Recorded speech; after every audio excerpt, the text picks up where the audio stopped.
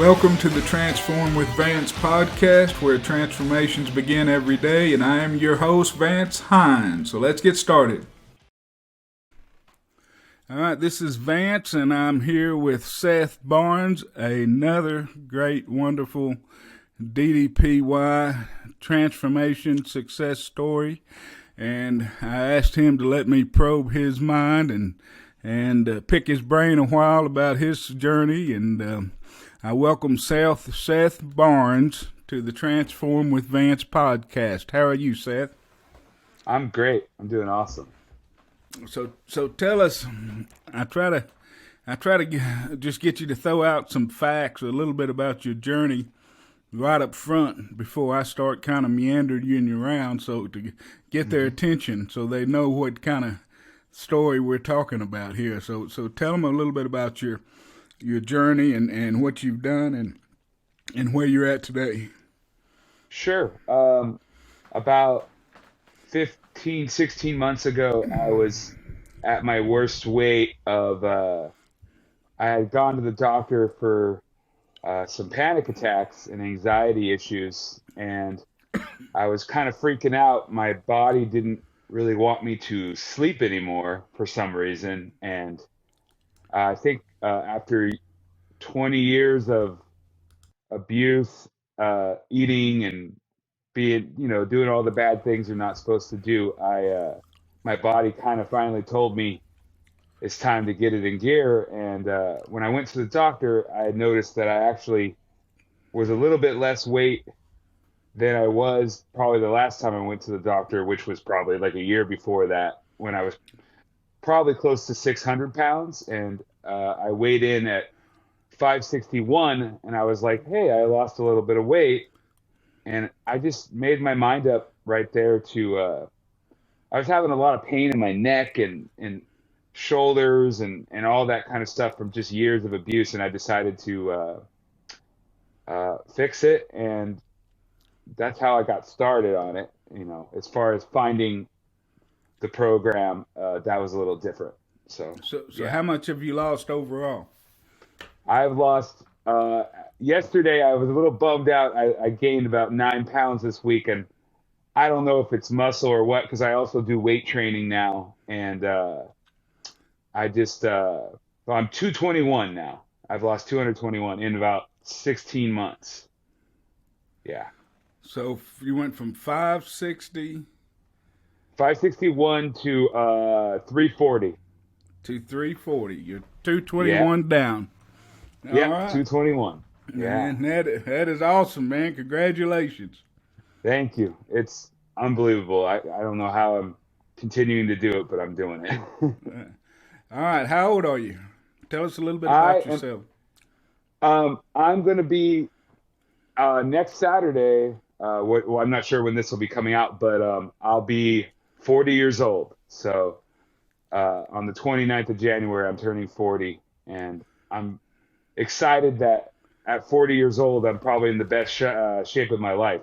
So, yeah. Yeah, I'm hoping. I mean, the podcast will come out on the 31st, so Yeah. So you'll be 40 on the Monday when this podcast comes out. Okay. Yeah, I'll be 40 by then. So yeah, it's kind of wild, awesome. But yeah. Welcome to the 40-year-old generation, man. I'm 57, so yeah. 40 was kind of a big number, it seemed like. Yeah, it is, but I think I'm handling it better knowing that I'm going in the way I am right now, and I think that's the best part. Yeah. So where do you live? I live in San Pedro, California, which is basically a suburb of Los Angeles. It's the port where everything comes in. I don't know, a couple months ago when we were having all those problems getting the trucks going and getting all the goods to everywhere around the country, we're that main port. So LA port, yeah. Oh, man. So when they were talking about the trucks being stuck out there in the water, you could see them? Oh, there's probably 50, 100 of those containers out there, container ships. It was crazy. There's still some out there. I mean, they're always out there. Longshoring is a big part of the town I live in, San Pedro. we're on a peninsula here, and it's really beautiful here. We have awesome views, and just about every movie and TV show is filmed in our town. It's kind of crazy. Well, how far from Camp Pendleton are you? Uh, Camp Pendleton.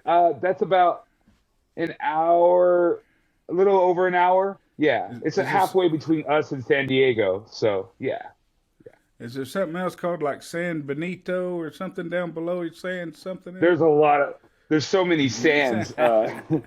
San Yeah. Diego, San Clemente is one. San Yeah, that's Clemente, down that's there. where we went. I Yeah, was thinking we were somewhere down in there. yeah, All yeah. That's right. about an hour away. Yeah, Yeah. All right. And did you grow up in that area? Is that home or where's yeah, home? yeah. It's been home my whole life. Here, it's considered the South Bay of LA, and I love it. It's one of those towns that you can't get away from, even though you probably need to. But it's always been home. Whenever I leave, I want to come back. You know. Are you a surfer? No, I've never been a surfer. I used to like boogie board when I was a kid, but music's been my entire life. That's my journey. That's your gig. It's my gig, yes. Well, what do you do for a living? I'm teaching music at a music school, which is two doors down from my house. I have about a 40 feet walk. It's pretty amazing. There's a little residential neighborhood, and there's an old music school there. And I just got that job in April. So, yeah. What instrument do you play? I'm mainly a guitar player, but I also can play drums and piano and some bass guitar. I kind of teach it all. Beginning piano, that's not my, I haven't done that since I was like, 15. So, but I can teach the basics and then they can go from there. So, did you? I mean, what got you into music? How did you get into music? It's kind of ingrained in my family. My mom was a classical music person. I mean, she was classically trained as a flute player, and since she was 3 years old, before she even learned how to read letters, she was reading notes with her aunts, my great aunt here, and my dad was already has some musical on his side too, and he was playing guitar in high school and all that kind of stuff until he met my mom in college. So yeah, And what high school did you go to? I went to San Pedro High School. Yeah, Were you the were home of you the Pirates. were you in Yeah, the band? Were you in the band at San Pedro? I was. I was in. It was either going to be play football or be in the band, and I chose the band over probably being like a center or an offensive lineman for sure. I've always been a big kid, so I was in drumline for 2 years, and then I didn't kind of want to do it anymore. But I always stuck around in like jazz band playing guitar and stuff, so that was fun. Ah, well, that's Yeah. cool. Did you go to college? I did. I've been kind of in and out of college for 20 something years, and I'm hoping to go back and get out of there and finish up. I'm not sure what I kind of want to do yet. I'm still kind of figuring that out. I'm a super late bloomer in life, but I guess you can always do it. It doesn't matter what age you are. Well, it sounds like you're chasing your passion with the music. I am. I would love to have a career either teaching music or something like that, but it's a rough world out there, and I don't know if I'm cut out for like the touring life. I do have a rock band, and we're actually playing on my 40th birthday next week, so Oh, it's going to be a yeah. lot of fun. Yeah, What's the locally name at of the this. rock band? We're called Warehouse One. If you've ever heard of Where? a band called Warehouse One, yeah, it's kind of based off our town being a longshoreman town. The old warehouse where they used to unload back in, I don't know, the late 1800s, early 1900s was called Warehouse Number One. So we decided to kind of go with that theme. So yeah, What kind of music? uh, it's very reggae, punk rock. It's very 1990s. That's where when my era when I kind of grew up. Even though I'm an early 80s kid when I was born, but um, have you ever heard of a band called Sublime? They're Yes. from Long Beach, which is the city right over the bridge from me. It's about 10 minutes away. And it's very much in that kind of a sound. We I love it. Sublime. You know what I got, and Santeria, and Yeah, you know I love me some Sublime. they're awesome. Yeah. So, so Warehouse Wonder. So it sounds kind of like a Sublime type band, huh? Yeah, we're on Spotify. So it's one with ONE. Yeah, Oh, and then ONE. Warehouse One. I'll check it out. Yeah. I'll So yeah, subscribe. Spotify.com. We got a couple albums up there. And we're probably on some other platforms too, like iTunes Music or whatever it's called. Or yeah, Well, yeah, where you know where? So have you played in any other bands besides Warehouse One? yeah. My lead singer in Warehouse One actually was. He's been in like every single band with me since we were in ninth grade. So, uh, trying to remember some of the names of those early bands. I think we were called. Oh yeah. I don't mean to. Is it okay if I say a cuss word? It's not that bad, but is that okay? Shit, Or shit, I don't care. well, there you go. We were called Bitch Next Door. So Yeah. because the next door neighbor hated us, and that was a long time ago. I was probably Yeah, about 16. that's Yeah. funny. And then I was in a band called the Strapping Young Lads. I played drums in that band because out of the three of my friends that wanted to form the band, they said, "Well, you're the only one that can play drums." And I said, "Okay, so I'll play drums." And I loved it. It was fun. It was fun. So who do you consider to be your you know the person that really you favor in music? What do you call the ones that inspire you? Your muse or whatever you Oh, call it. like guitar players? Yeah. Yeah. Well, in music in general, I was a giant Beatles fan growing up. My parents really influenced me. My mom with the classical music, and then my dad with the rock. And the rock kind of won. I will always say that. My dad was a giant Neil Young fan, and I'm a huge Neil Young fan. Led Zeppelin. I grew up on a lot of like Crosby, Stills and Nash, and James Taylor, Jackson Brown, and a lot of blues artists and stuff. I got into when I was starting to play guitar. Like my all-time favorite guitar player, other than Jimi Hendrix, is Stevie Ray Vaughan. He's the Oh man. man. I yeah, I Yeah, I love love that me some stuff. Stevie Ray Vaughan. You Yeah. know, he's from Austin, which is where actually he's from Oak Cliff, which is about 20 miles from Waxahachie. Oh But you yeah. know, he grew up playing in Austin and in Deep Ellum and stuff. But yeah, that was a big Yeah. loss when that helicopter crashed. Yeah. I was about 8 years old when that happened, but I think my uncle got me one of his records when I was about 14, and ever since then I was hooked. I love him. He's awesome. I love those Austin City Limits where he's just sitting there sweating, just playing. You Oh know, yeah, yeah, yeah, unbelievable. And you know, yeah. Unbelievable. what blues? I like the blues too. What other blues artists you like? Um, like What about Guy Kenny Clark? Wayne Shepherd. Oh, what? Gary Clark Jr. Yeah, yeah. He's Yeah, good. that's name. Is that who you're Man, talking about? shit, I think his name was Guy Clark, but I may be thinking of maybe Oh, mixing him okay. up Oh, there's with I've the seen country like Buddy western guy. Guy, Buddy Guy, that's who I'm Buddy. thinking of. Buddy Yeah, Guy. Buddy Guy. I saw Yeah, him once in Catalina at their. They have a big casino ballroom there, and when I was about 18, and that was fantastic. that dude can Uh, play, man. yeah, he could play. Um, there's a lot. BB King's awesome. BB King, All those Kings. Albert King. That's where Stevie Ray Vaughan got a lot of his sound Freddie from. And King, Freddie King. Freddie King. Freddie King. You I know, was a big Eric Clapton fan. Yeah. I saw BB. I think three times in my life, and I saw him once. Well, a couple of times, and it was more of a white crowd. But then we went to this one where it was the Longhorn Ballroom, and it was almost what we were. People I was with was one of the very few white people in there. And man, he brought the house down at that show. I'm sure. It was a lot of fun, and I can't remember. I think that maybe Bobby Blue Bland might have been there with him that night. I'm not sure, but it was Hmm.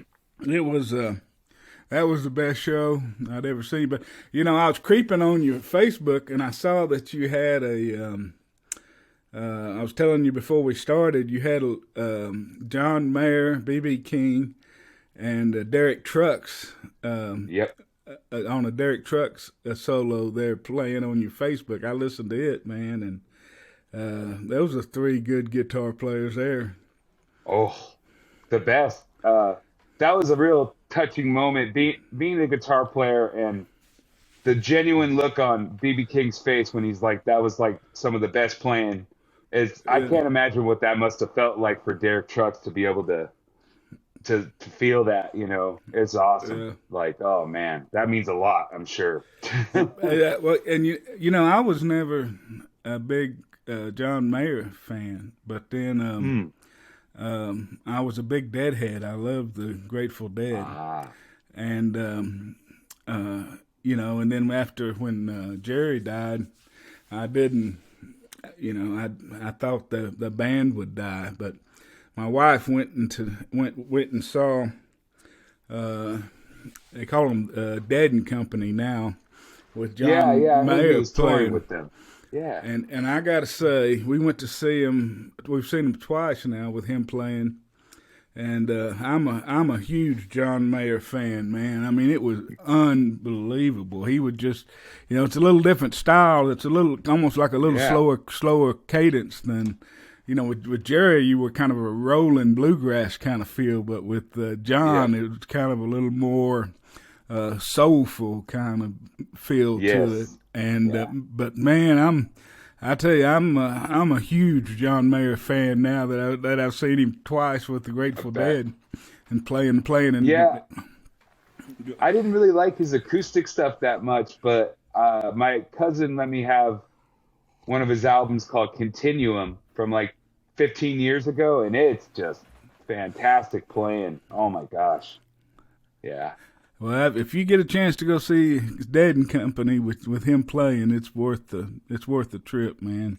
Yeah, I wouldn't mind. I never really got into the Grateful Dead, but I've been trying to convince myself I should, to Well, broaden my horizons. So, yeah. Well, that's just it's kind of an old hippie deal, but it's yeah. but the thing about them is that every night's improvisational. They never know how they're going to play the song. Used to. Now they've got with Dead and Company they got sets, but supposedly back since the '60s when they were in the acid Kool-Aid test that they never had a set list, so they would just go out there and start playing. And so Sounds like it. that's why people would follow them around everywhere because every night was Mm. different. But I don't know. Oh, that's why. Yeah, That's and cool. yeah, so yeah, you never knew what you were going to get, and every song was different. They would just play, and it sounded like the songs would just go on forever. It'd be all improv. Yep. Anyway, Yep. Hmm. I'll get off my Grateful Dead.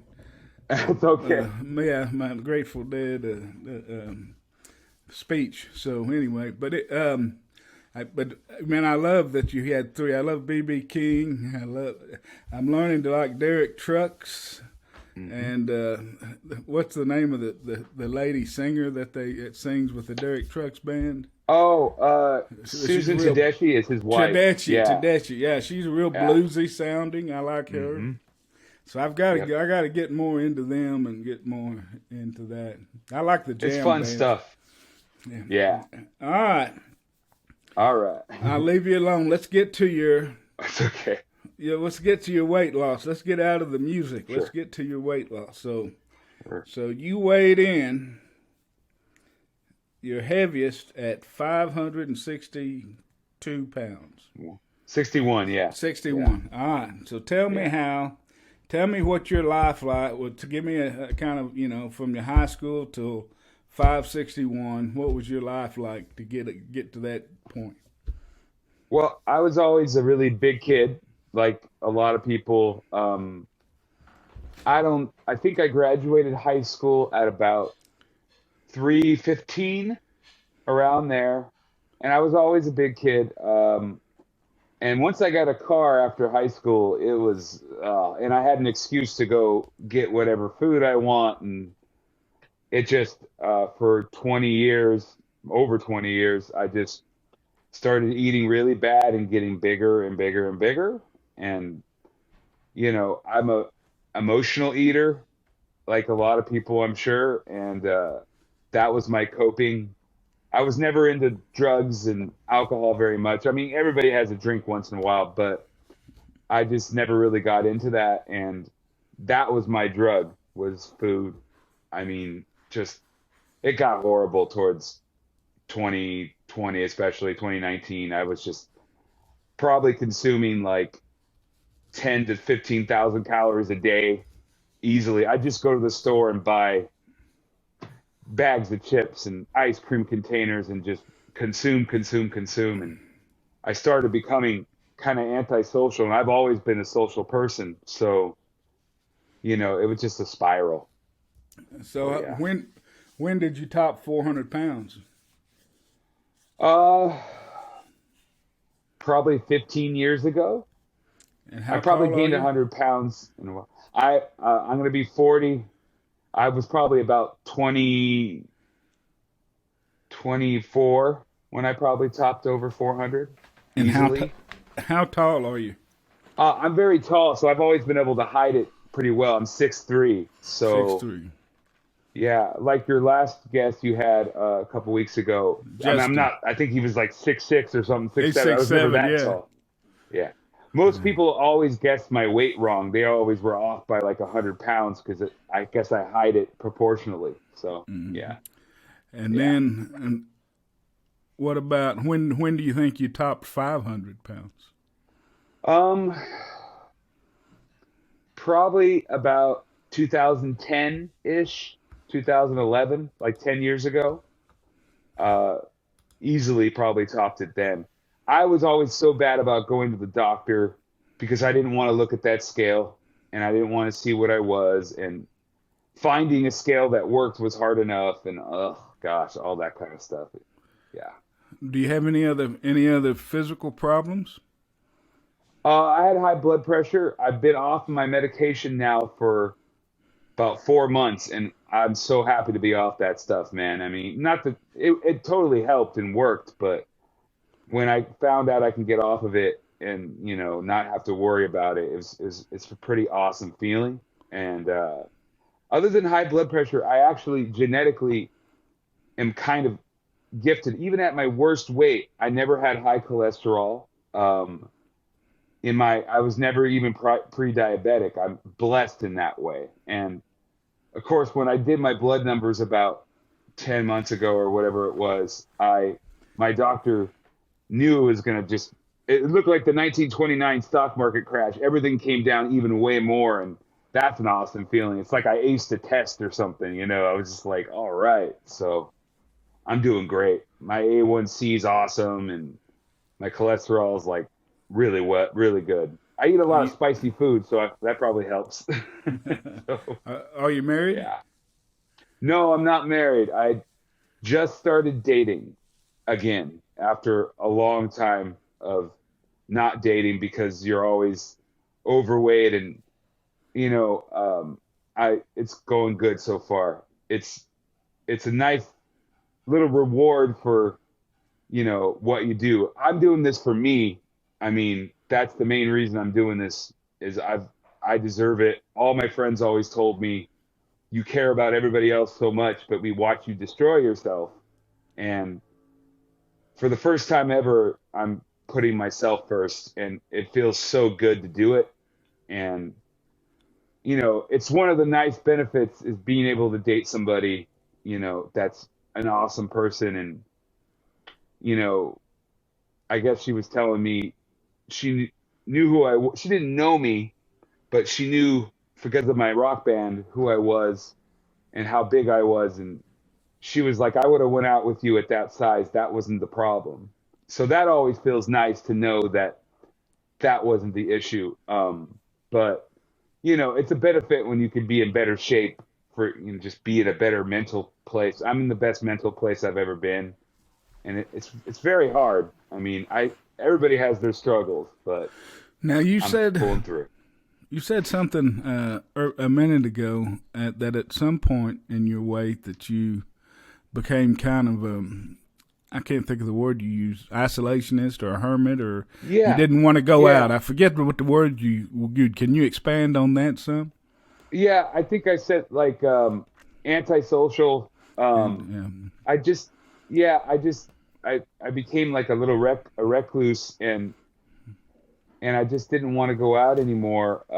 I've always been a super social person, and uh, love going out and having a good time. And that food addiction just, I was always been alone in your room kind of person.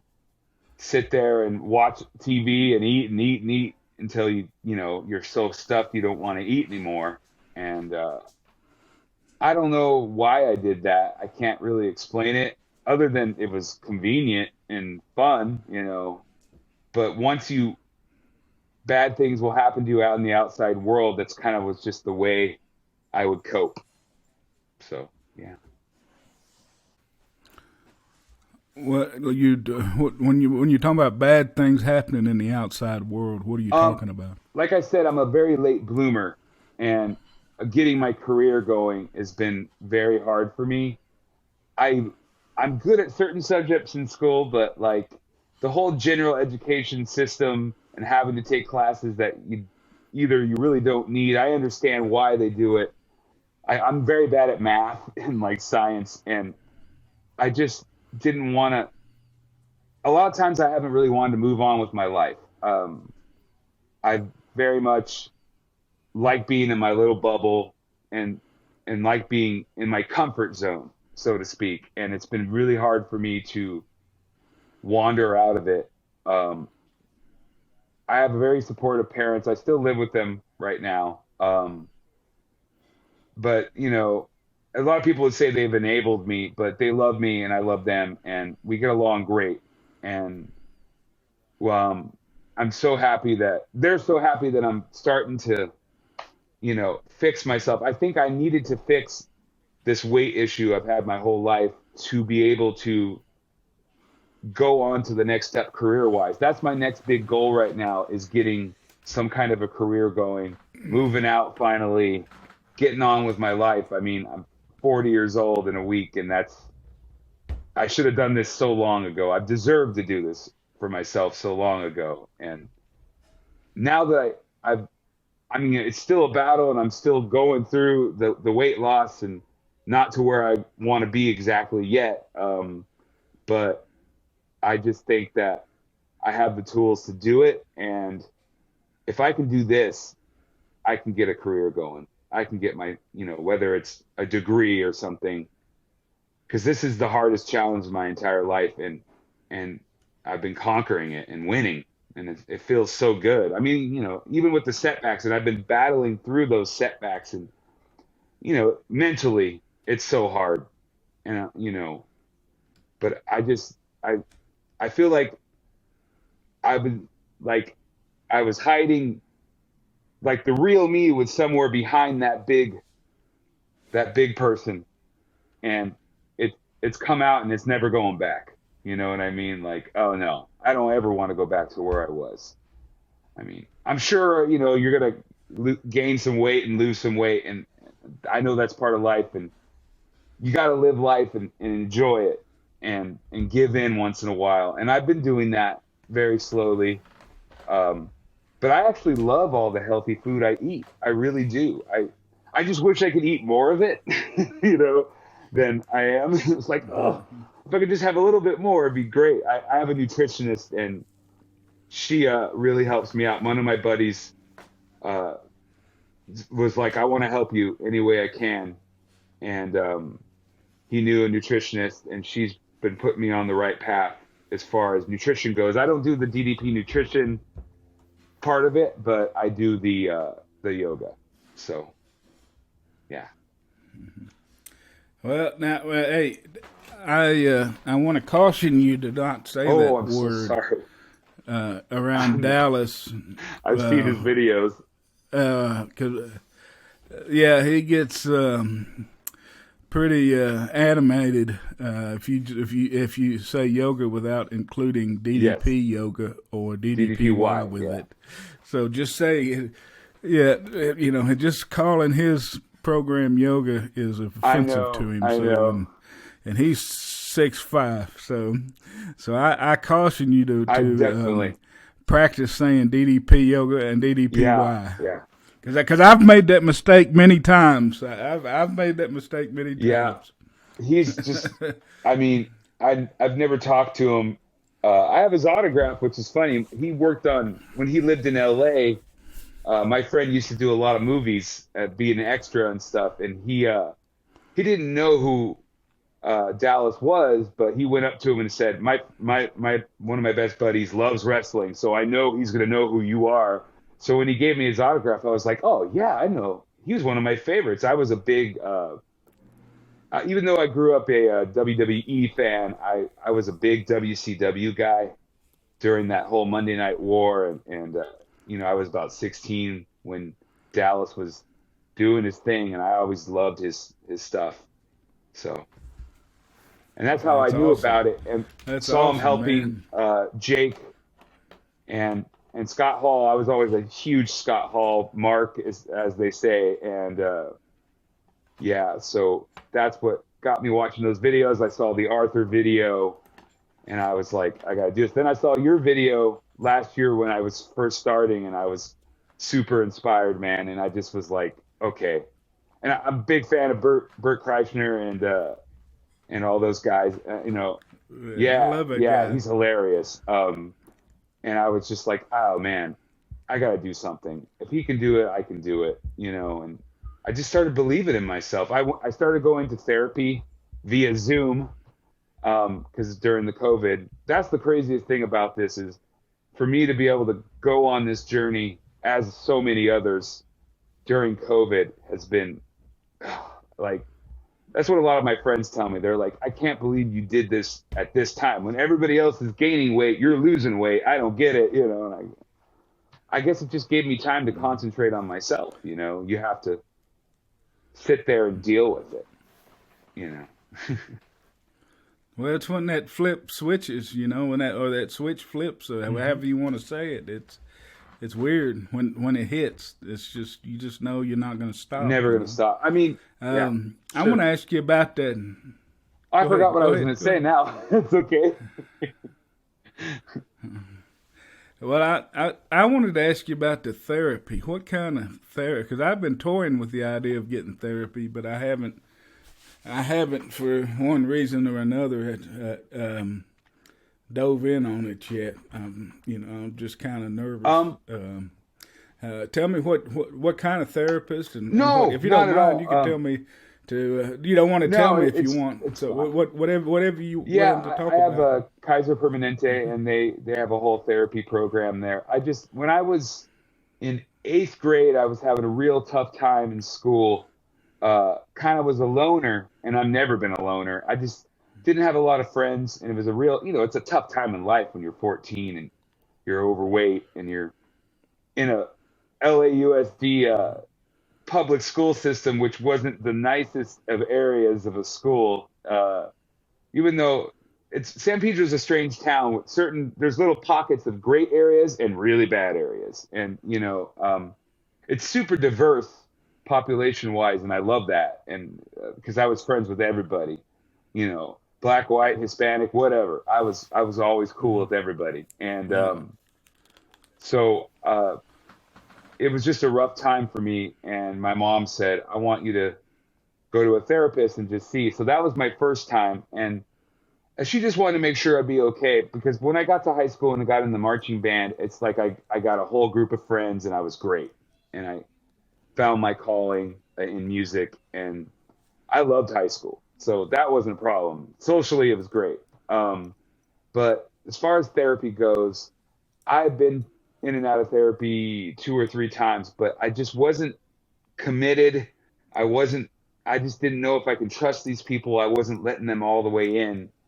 But this last time, when you're at your lowest point and you're at rock bottom, at least for me, I just decided to give in and let this person, this therapist, figure out what's going on with me mentally. Why am I not loving myself when I should? Because I'm a happy-go-lucky person. I've always been that way. I mean, everybody, I don't have an enemy. If I do have an enemy, I don't know why, but I'd question them like, Yeah. why? What did I do to you? Because I've always, every girl I've ever known has always described me as a big teddy bear, and I might try to act tough, like if I'm in a tough situation. I mean, I don't know. I'm not a fighter or anything, but it's I just started going to therapy uh, because I knew I had to get myself right in my head before I could take this journey the right way. Um, I had a lot of support from friends calling me and being on the phone with me because I was in a lot of physical pain. My neck, I couldn't get an MRI because I didn't fit in the machine that they provided. I had to go to UCLA up there, and they didn't have a machine I can fit in. So they were like, "You got to get down to 450 pounds before we can really find out what's going on with your neck and your pain." And and then I finally got down to that weight, got the MRI. That I got some degeneration in my C5 and C6 up here, and some arthritis in my shoulder. Just 20 years of, you know, bad posture and all that kind of stuff just took its toll. And I knew that if I was going to physically get myself in shape, I needed mental help. And she just, you know, if anything, it's not even that I was that messed up and that like manic depressive or anything like that. I was never that way. I needed encouragement. I didn't have the confidence. I didn't have the self-esteem to care about myself enough. And my therapist, instilled it in me. And it was a slow process. It was journaling. It was, just write down what you eat. Try to do something good for yourself every single day. And that's how it started. And then before I knew it, she was like, I don't think you need me anymore. You're okay. I mean, if you ever want to come back, you can come back, but you're going to be all right. Yeah. All right. Well, let me ask you a couple of questions. Yeah. You know, from my conversation with Justin Dobbins, Justin really feels that the transformation or the journey or the weight loss is, I think he said 60% mental.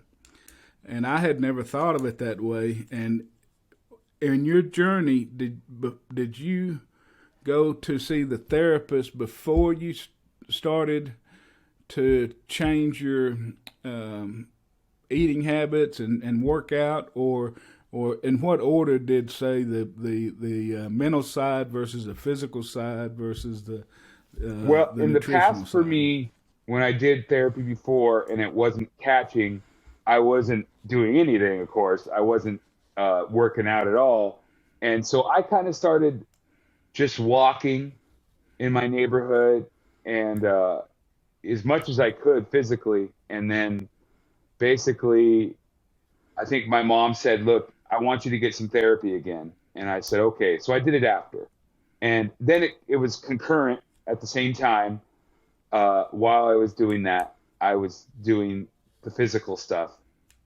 And then the nutritionist came in. And, Yeah. And this and this therapy, was it specific for eating disorders, or was it addiction, or was it just general? General. It was just some general therapist. Yeah. So it's just someone just. Okay, that's kind of what I was curious. I was wondering, because I've called these eating disorder places and tried to get in, but money's always a big prohibitive factor for me. No, yeah, I know what you're saying. Yeah, but and when I have gone to them, I don't know if it's my hefty lawyer skepticism, but I'm always leave thinking surely I leave feeling that it was too basic, and they didn't challenge me enough, and we didn't click it right, and it was just I don't know. It just seems like it'd be a waste of money to I work can through the understand that. process I mean, yeah, that I got. yeah. Yeah, and so how do you find that right therapist? One that's going to Um, find that you know is going well, to in work my for case, you. because I have, it's called Covered California out here. Well, I guess I don't know if they call it Obamacare anymore or whatever it's called. Affordable Care Act. That was it. Yeah, I was able to get, and since we couldn't go in person here because of COVID, I was able to get pretty much free therapy. So that was a huge factor for me, um, being able to do it because I don't have a lot of money either, and it's a rough world out there. yeah, But I think it was just it was a mental decision. I just said, look, stop getting in your own way and let somebody help you. And I think that was the hardest part for me, was to let somebody into your world and just they want to help you. I don't know what it was. I don't know if I just picked the right one or found the right therapist. She was like, way up in LA, like in the valley up there, far away. So it was always all Zoom. But I just knew once I saw her on the video call that it would be okay. I have an easier time opening up to women. I don't know why than men, but I don't know. Probably because I love women. But that's beside who doesn't. I was always the teddy bear yeah. friend zone, as they called me in high school and college.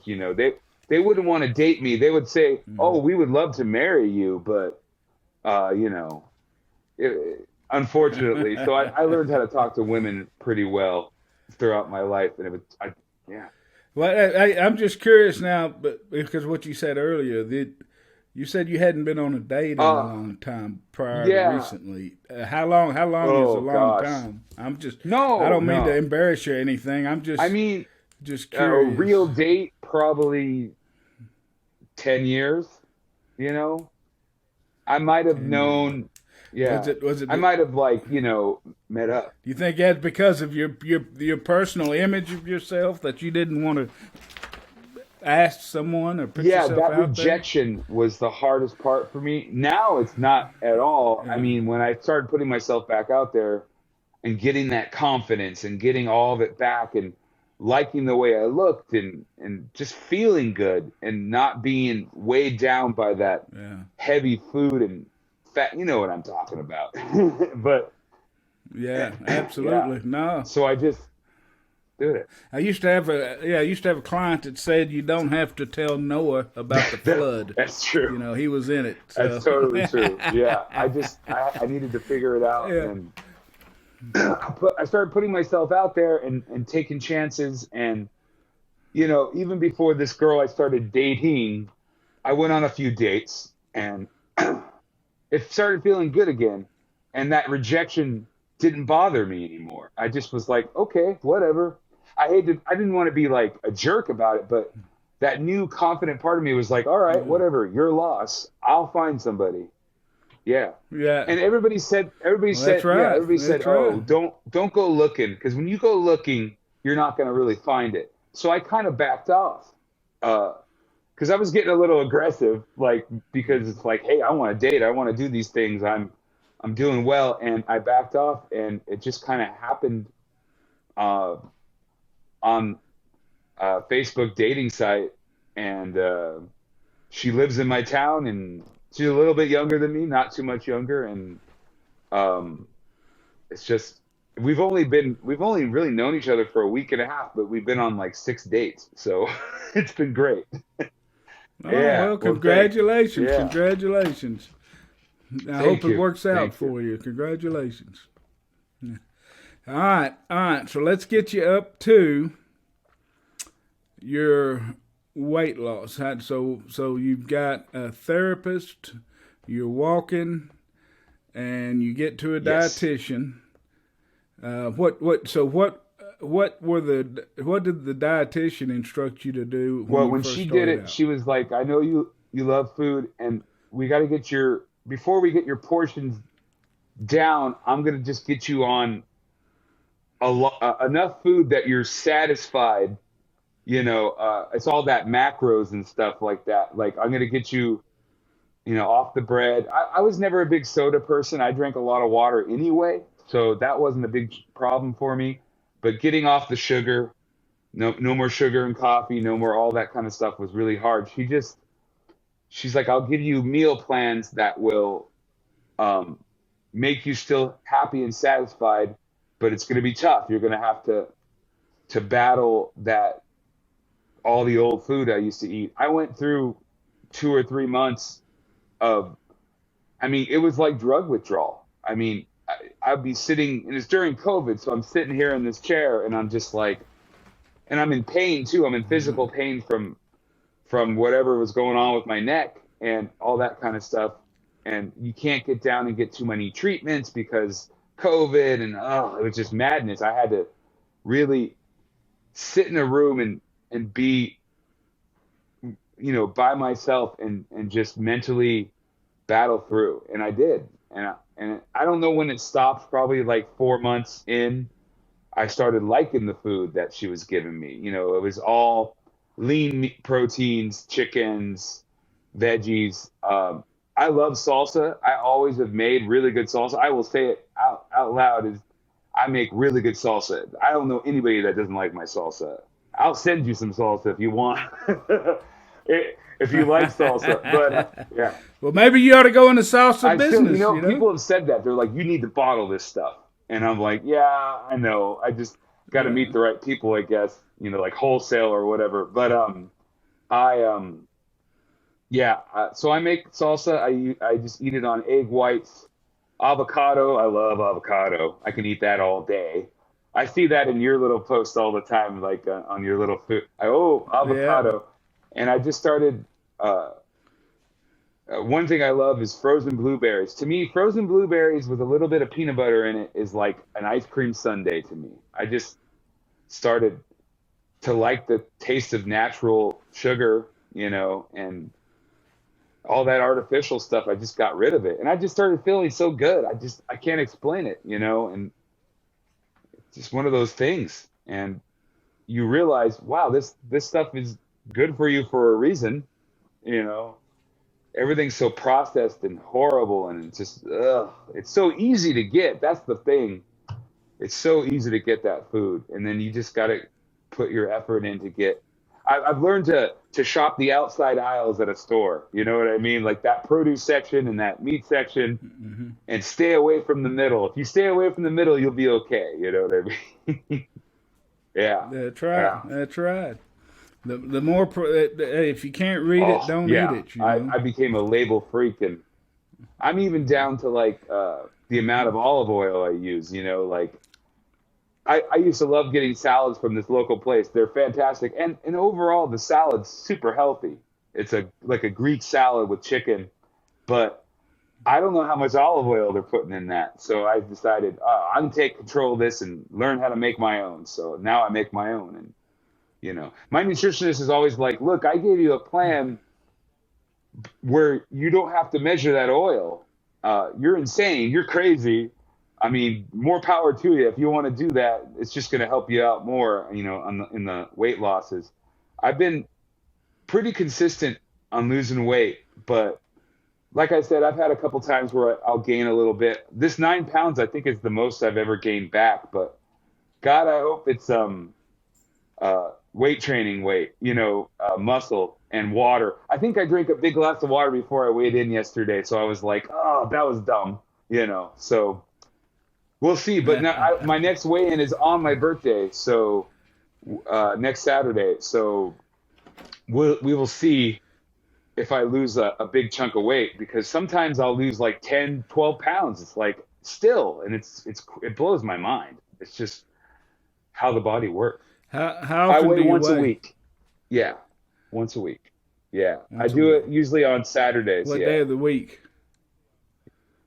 So did it you did it yesterday. I yesterday. was doing it on Sundays, but one of the things I do, my nutritionist challenged me to do, and I've been successful at it today, is one of those days. Is the day I don't work out and I take a day off, which for me is Sundays, is to cut an extra 200 calories. And it's really hard. It's super hard because on the day I take my day off is the day I want to be able to eat. whether it's a cheat day or just eat all the food I'm having when I work out. She just asked me to try it. And I think she asked me to try it so when we need to move those macros down and the overall calories, it'll be easier for me to transition. So, yeah, it's tough. So what is your macro goals been as you've been Um, losing the weight? it's pretty high protein. You know, what are your I limits? get about 300 to 340 grams of protein, which is a lot. Um, I do protein shakes a lot. I do like two a day, and then you know, um, let's see, my fat is pretty low. I keep it around, and I'm including olive oil. I keep it around 90 to 100 grams, and then my carbs, 150, 160, sometimes more, like 190. It's averaging about 3,000 to 3,100 calories. So right now, but yeah, So that's what you shoot for a day is 3,000, yeah, 3,100 anywhere in calories. between 3,000 and 31, I shoot for. I have an app, just like a macros app I use, and I, you know, calculate it by the week and just kind of plan my meals out for the week one day, and then I just try to make it all equal. That I mean, I know I try not to mess with the formula too much. I always try to keep my protein nice and consistent, but my carbs and my fats, I can move them around by meal once in a while. I was eating with my parents all the time, but they like to, add extra things in. And I finally just said, you know what? I got to start making my own food. And that's just the way it's going to be. So it's okay. Yeah. What app are you I using think it's just to called log your Macros. macros? It's a free one. They have a pay service too, Macros. but you can just look it up by brand, whatever you're buying, and they have most of the stuff in there. I'm a big, I don't know if they have them out in Texas, Trader Joe's. You ever heard? Yeah, yeah, Yeah, we got them. Well, at least in Dallas, not in yeah, Waxahachie, but yeah. there are some in Dallas and Yeah, Fort Worth. we have a Yeah. Trader Joe's out here. I think it started in Monrovia, California, which isn't that far away from me. I mean, it's up the way, but yeah, a Trader Joe's, and then we have a place called Smart and Final, and I go there. I Yeah, haven't heard of that's that. another place. So yeah. Do you do organic, No, non-GMO, I and all haven't that? gotten that far. I don't know. I can't afford it. I would love to. I'm sure I could. There's certain things I will do that are organic. Stuff from Trader Joe's, like their peanut butter. I go the organic peanut butter. I like that stuff. The stuff you got to stir up that doesn't have added sugar, and I just limit it. What about the gluten free? Do you No, do gluten free? well, I wonder how gluten free I really am since I'm really only eating a lot of vegetables and a lot of you know lean proteins. But I definitely You don't eat no, I much don't eat wheat, do any you? bread at all anymore. I'll have cheese once in a while. I love a Greek salad, so I'll have some feta cheese, but once a week at the most. So I'm pretty good. Yeah. So describe your food for Um, the week. What do you Most eat days most I'll days? have like every day in the morning I have like uh I guess it would be a cup and a half of egg whites. So yeah, a cup and a half of egg whites, but on top of that I'll put some like cremini mushrooms and just some garlic and pepper, and I measure out I only use about one tablespoon of olive oil, and then I cover it in my salsa, like 8 ounces of my salsa, and that's like my breakfast. It's about 500 calories, 600 calories, something like that. And then I'll go work out. I can't work out first. I tried doing that, and every time I wanted to dry heave every time because I need a little bit of food in my stomach.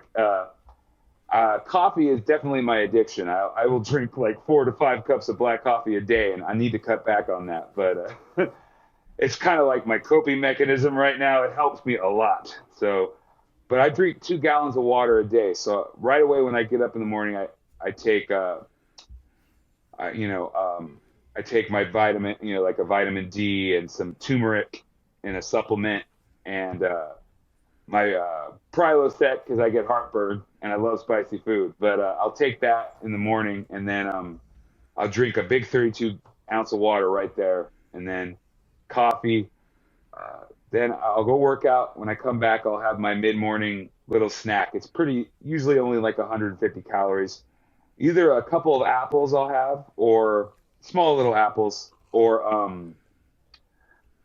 uh, celery with my salsa. I'll have like 8 ounces of my salsa. So it's not even that bad. And then my lunch, it depends. I love tuna, so I usually have a couple cans of tuna in the water, and then just 2 little tablespoons of mayo and olive oil, and I'll put some like bell peppers in there and jalapenos and stuff that's fresh and nice vegetables and onion and it varies. Sometimes I'll have some salmon with some. I love zucchini, so I'll just cook it up, and I just control the olive oil, and spice the heck out of everything. That's one thing I've learned is if you season your food right, anything will taste good. So yeah. Yeah. That's great. All right. What about a Dinner. dinner? I like bigger dinners usually. I try to do the what do they say? Eat like a king in the breakfast, but it's hard sometimes.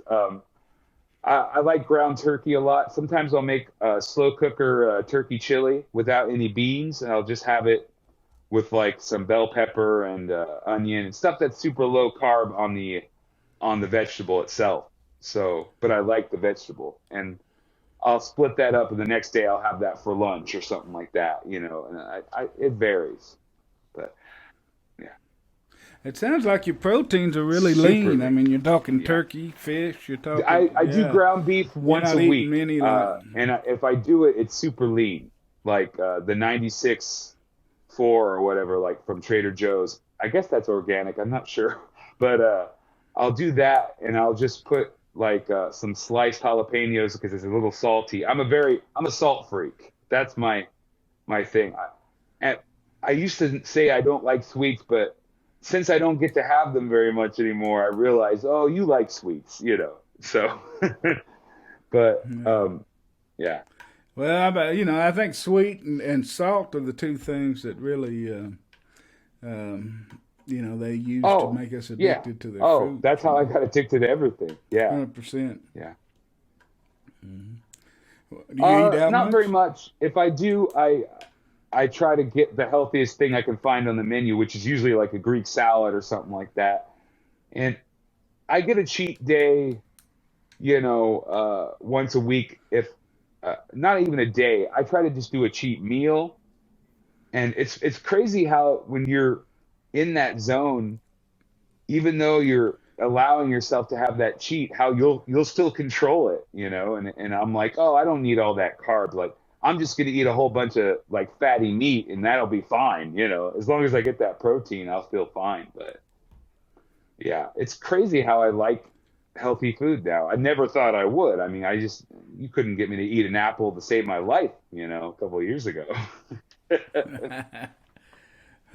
Yeah. All right, we're up to now. How did you get introduced to DDP Like I yoga? said, I was a giant fan of Dallas, and I would watch a lot of YouTube videos and stuff that he was doing, and I saw the Arthur Borman video, and I saw the Jake the Snake stuff going on in 2012, I guess it was, and just being a lifelong fan of that whole thing of wrestling in general, and I just started seeing him helping people, and I would always say, "Oh, I would love to do that," but I just would never take that leap. And I had a buddy that was doing the program about 3 years ago. He was always a skinny guy, but he was a big fan too, and he was like, "You should try it." And I guess it would be November of 2020, a couple months into my just walking only journey,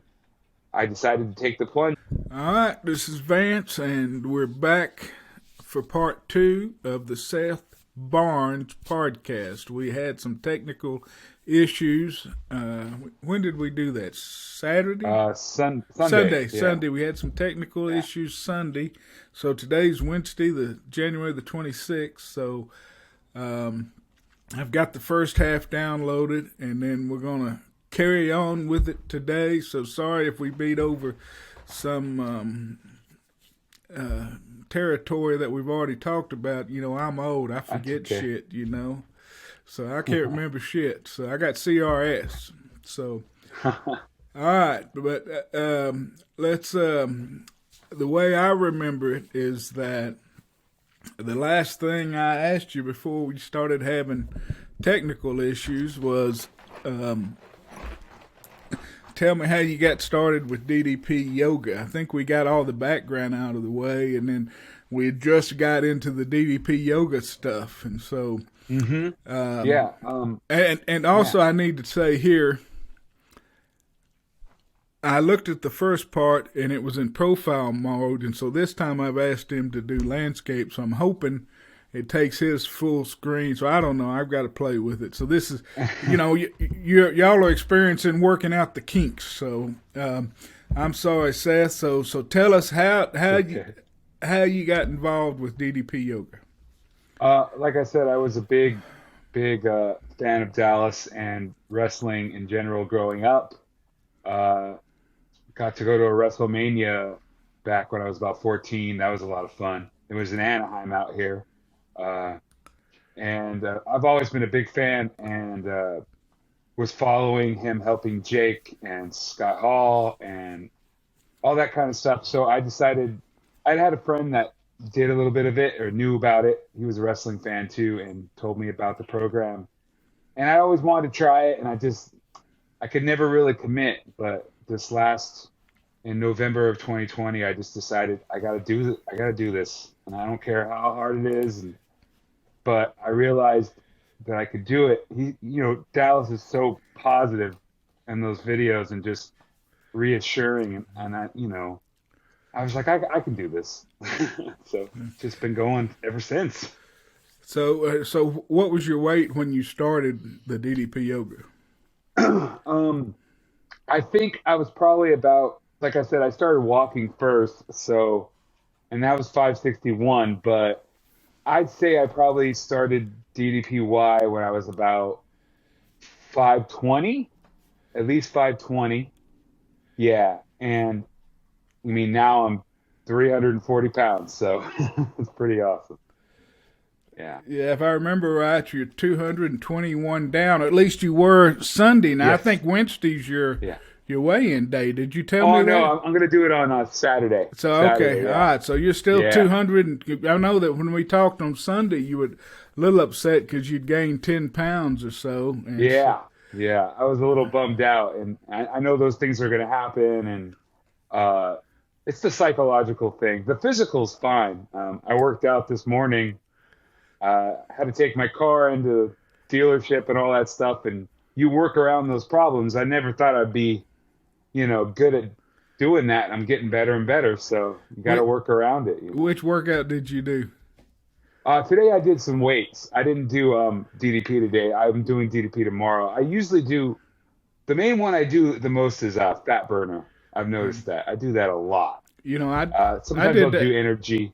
Yeah. I did fat burner with my wife last night because I'm, since I put this weight back on, shit, over Christmas and Thanksgiving and first of the year, I let my DDP yoga slip a lot, and I mean, it's killing me. The fat burner's killing me, so I've got to get back into my DDP yoga strength.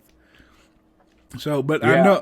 I know that you had said you started with the DVDs, that you started with the Rebuild series. The Rebuild series, the bed stuff was how I had to start, and I just realized it's going to be a process, and it's going to be slow. And before I knew it, probably within, I don't know, like 2 weeks, I was doing the chair, and then after about a month of that, started doing the stand-up series, and I saw your YouTube video on it, and I'm like, okay.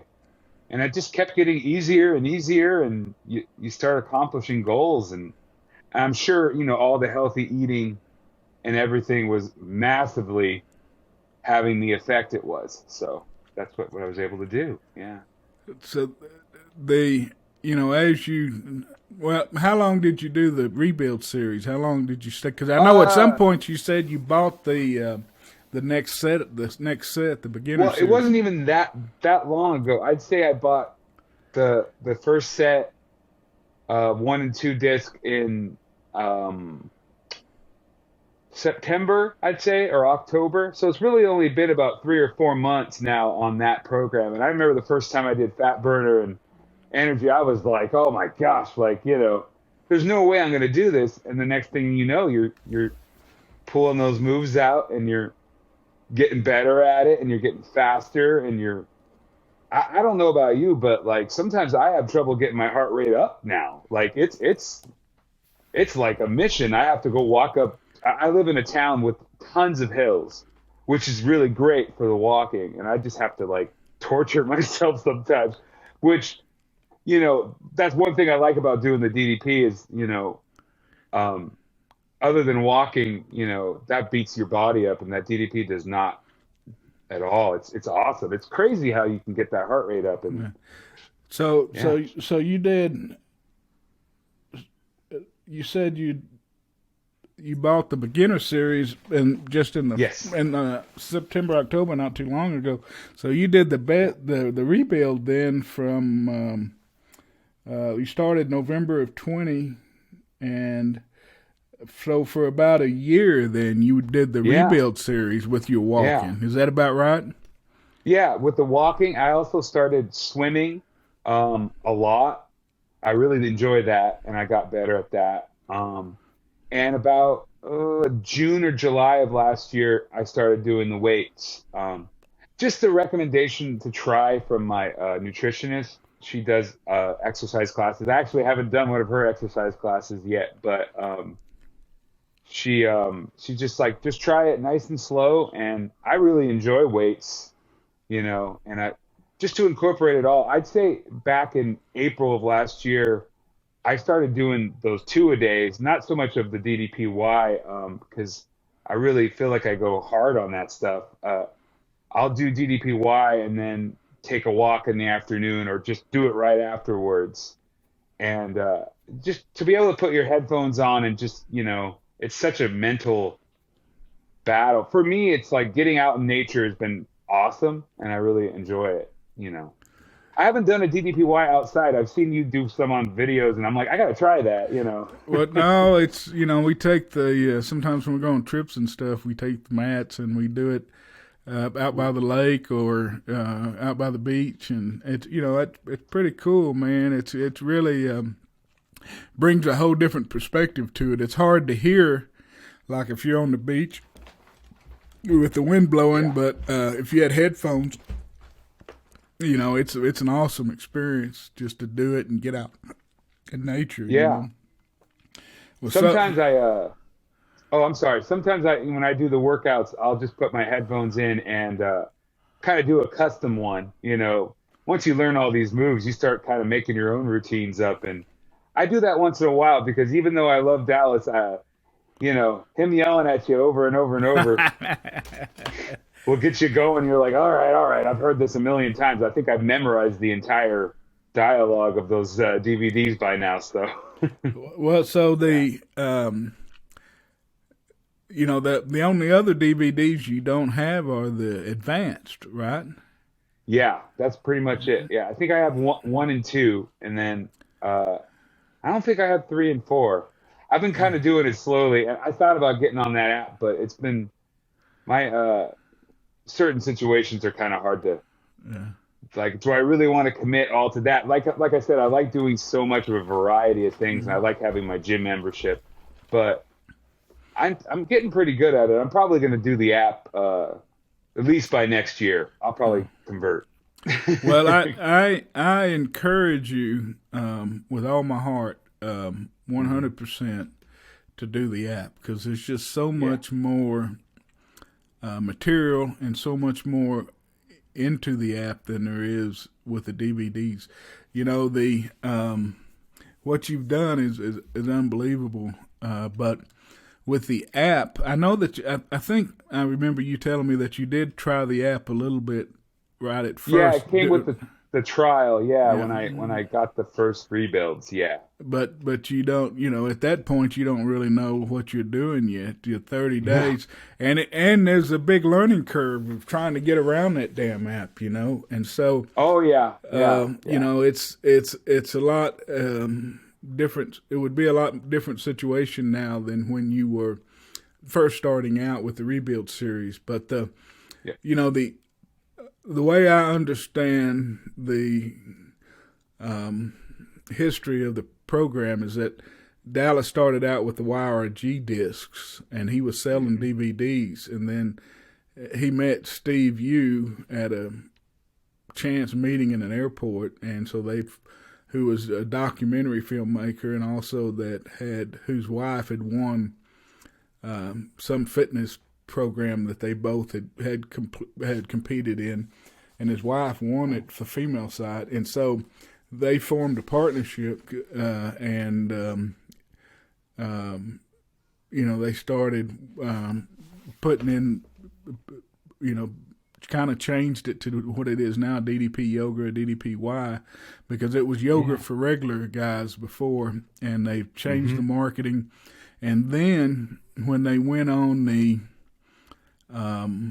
Sharks Tank, you ever seen the Yeah, version? yeah. I've seen that episode now. I didn't see it when it aired, but I definitely saw it.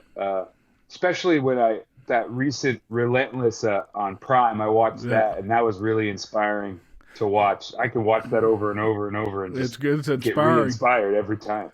Yeah, Well, Dallas is relentless. It's unbelievable. But it is.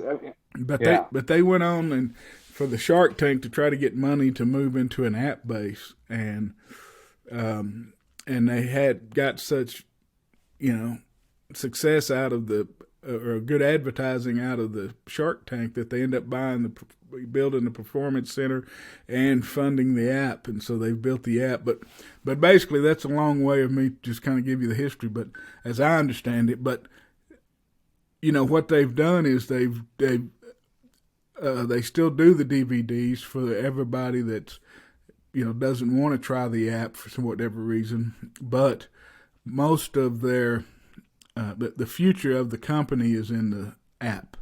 yeah, That's where yeah, they're putting in all their the more of their time and effort is in developing new material for the app. And so yeah, in there's live workouts. They film live workouts every week and put them in there. They have motivational Mondays. They have tutorials. They have the nutrition section. They have fabulous Facebook Friday where they highlight some people in the Facebook group DDP Yoga.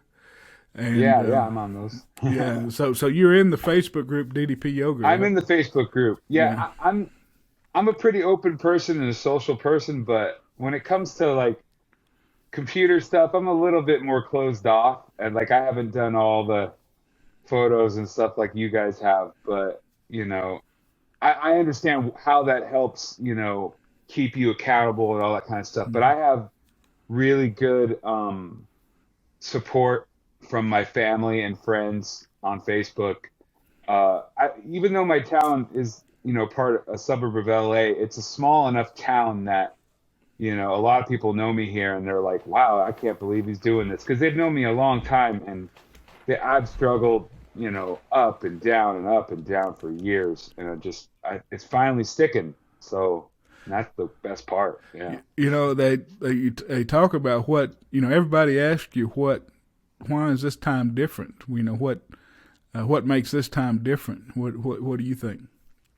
For me, I think I kind of hit my emotional bottom, not just physically. Physically, I was so messed up. I think I covered that in the last time. I couldn't sleep anymore and I was having panic attacks and just everything kind of just with the pandemic just hit and it was just too much to handle. And I just, I don't know. I don't know what I just told myself, you can do this or you're going to die. I mean, it really kind of came down to that. You're 39 years old. At the time I was 38, and you're going to be 39, and I don't want to die. I have too much to live for. I really do. I enjoy a lot of other aspects of life, but the food just had a hold on me like you couldn't believe. And it was just, it's still a struggle. There's still times I want little bad things, but a lot of times now, I don't think my stomach can handle it. Like I don't want to eat it. It's like, oh, Yeah. get it away from me. It's too much. Well, I mean, it sounds like to me you and I had a lot of similar trajectory from my first year or two, because I started with walking. I started with aqua aerobics and then swimming, and then tried some body pump, and then Dallas reached out to me, and I went wholeheartedly into the DDP yoga, and then that helped me into all the other things, to be able to do the swimming more, and to be able to do, I end up doing some weightlifting and biking and all kinds of stuff. It's amazing.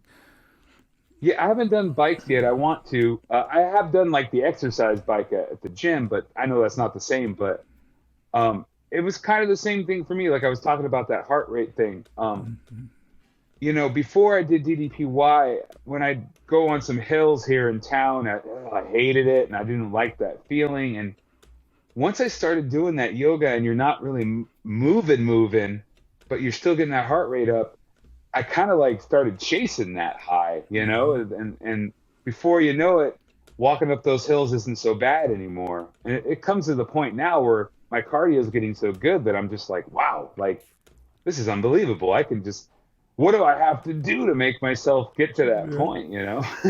How far are you walking, and how what kind of distance are Um, you doing on your swimming? Swimming, I do about 30 laps. I think it's a 25-yard pull one way. So I'm doing, you know, I don't count a lap till I do 50 yards. So I'm probably doing about 1,500 yards Doing about a in mile. like, yeah, about a mile. And I haven't done swimming for a little while. It's been really crowded at the gym, especially during, everybody goes back to the gym in January. So at the time I go at like 10 in the morning, it's kind of busy. But as far as walking, I mean, it started literally around the block a couple times. And now yesterday I did uh, about 4 miles. Oh no, almost 5 miles. Sometimes I do 4 or 5 miles. It takes me like an hour and a half, 2 hours, but I Oh, got a heart man. rate monitor, and it's incredible. It's Yeah. crazy. Man, do you Yeah. ever think you'd be living this life? No, not at all. I mean, people are starting to ask me to do 5Ks now, and we have a thing here. We have a big bridge that goes over the harbor. It's an old bridge, but it's they have a thing called Conquer the Bridge in every September or Labor Day, and I think I can do it. I mean, I do crazier hills in my own town that are steeper than that bridge, so I'm thinking 5 miles, I can do that. Well, So I think do I'm it. going to sign up this year. Yeah, yeah, Sign up, man. Look, yeah, well, once yeah. you commit, then you can't back out. That's true. Once That's you true. commit, so I what? think, yeah. Well, go ahead. Oh, I was going to say, I think a lot of the accountability, which blows my own mind, is myself more than friends. I've had friends go, man, you should take it easier. You should, and they're right, but I feel like every time I go on a big walk and I see that hill and I think, oh God, I don't want to do this hill. I just say, but you can do it now. And I know it sounds so simple, but it really is that simple. I said, okay, I'm going to be breathing hard when I get up to the top of that, but you're going to feel so good once you get up to the top of that thing. Absolutely, it's a So high. It's a it high. is. Yeah, it's amazing. Yeah. And I have a well. Let me ask you this before I go there. Used to, before leaving the house, what was your mental process like? Oh, it was just misery. I didn't want to go. I didn't want to even get in the car. If I was going to the gym, I would convince myself, like especially because I had tried swimming before and had some success. Lost like 40 pounds, but could never keep the weight on. And I would go to the gym, and it just started getting, you know, 30 minutes turned into 20 minutes into 15 minutes, and I just didn't want to do it because I would just go and eat, fool myself that I can have as many carbs as I could. And no, it doesn't work that way. And it just mentally would put me in a bad state where just stopped going. So I think because I'm eating so healthy now, it really just makes it that much easier. And I'm getting good sleep. I sleep like a baby. I mean, oh my gosh, it's great. Yeah. What I was going to tell you about the trying to get your heart rate up doing DDP yoga.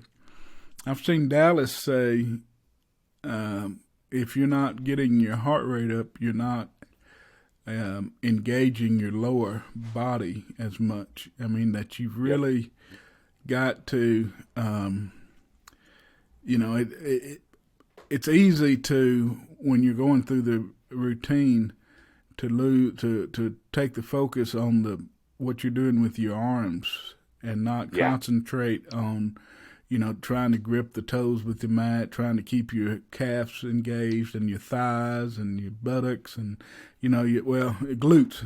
He wants you to say glutes, but Yes. you keep keep your core engaged, and the more you can keep all of that stuff engaged, the higher your heart rate's going to go. And so if you I've heard Dallas tell people that you're not engaging your lower half if you're not getting the heart rate up, because you can get it up to whatever you want if you're really really engaging in the exercise. Yeah. My big plan is to get better at that.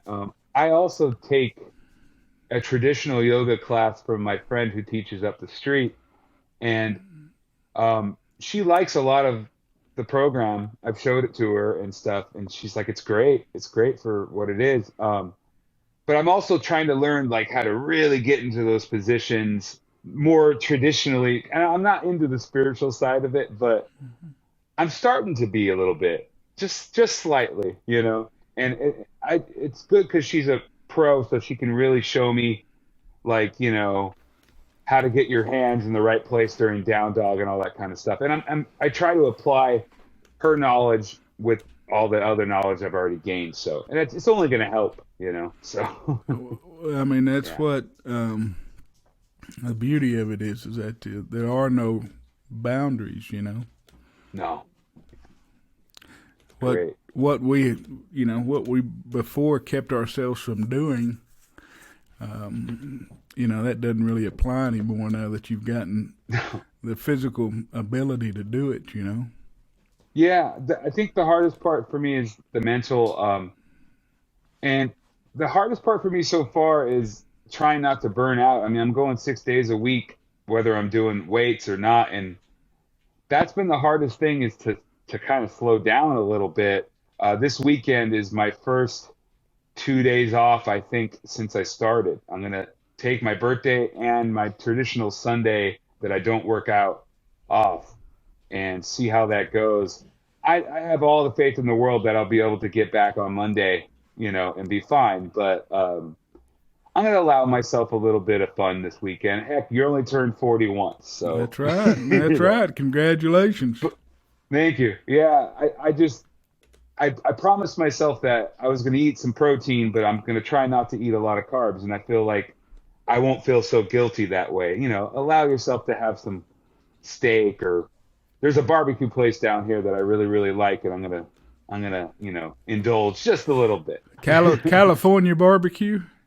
Well, it's more of I don't know if it would be considered Texas style or not. It's called Whiskey Flats. It's a really nice little place that just opened up, and they're really nice down there. So, Very yeah, cool. All right. yeah, yeah, Well, they try to stay away from the sugary sauces. That's the big yeah, thing. yeah, That's where they get you at the barbecue joints. All the sugary sauces yeah, and the ribs. They put brown sugar on the ribs, and you yeah. know.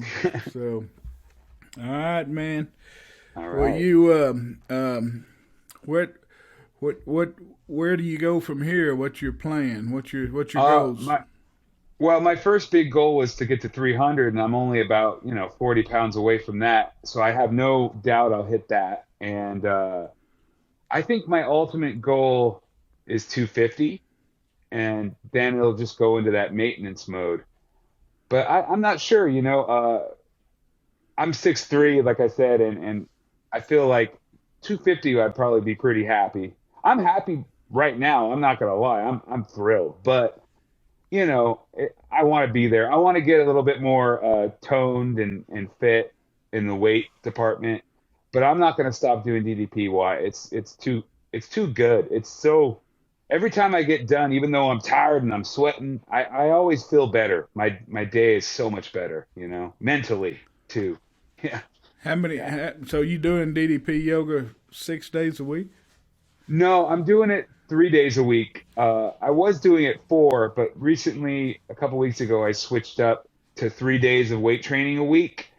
But I might go back to 4 because I'm kind of doing doubles. I'm doing a big walk after DDPY. So I'm probably doing too much, but I'm enjoying myself. So, you never know. Yeah, that's all that matters is that if you're having fun, and you don't burn yourself out, just do what. Yeah. Just do it while it feels good, I mean, you've been at it now for a year and 2 months. You've been at it 14 months.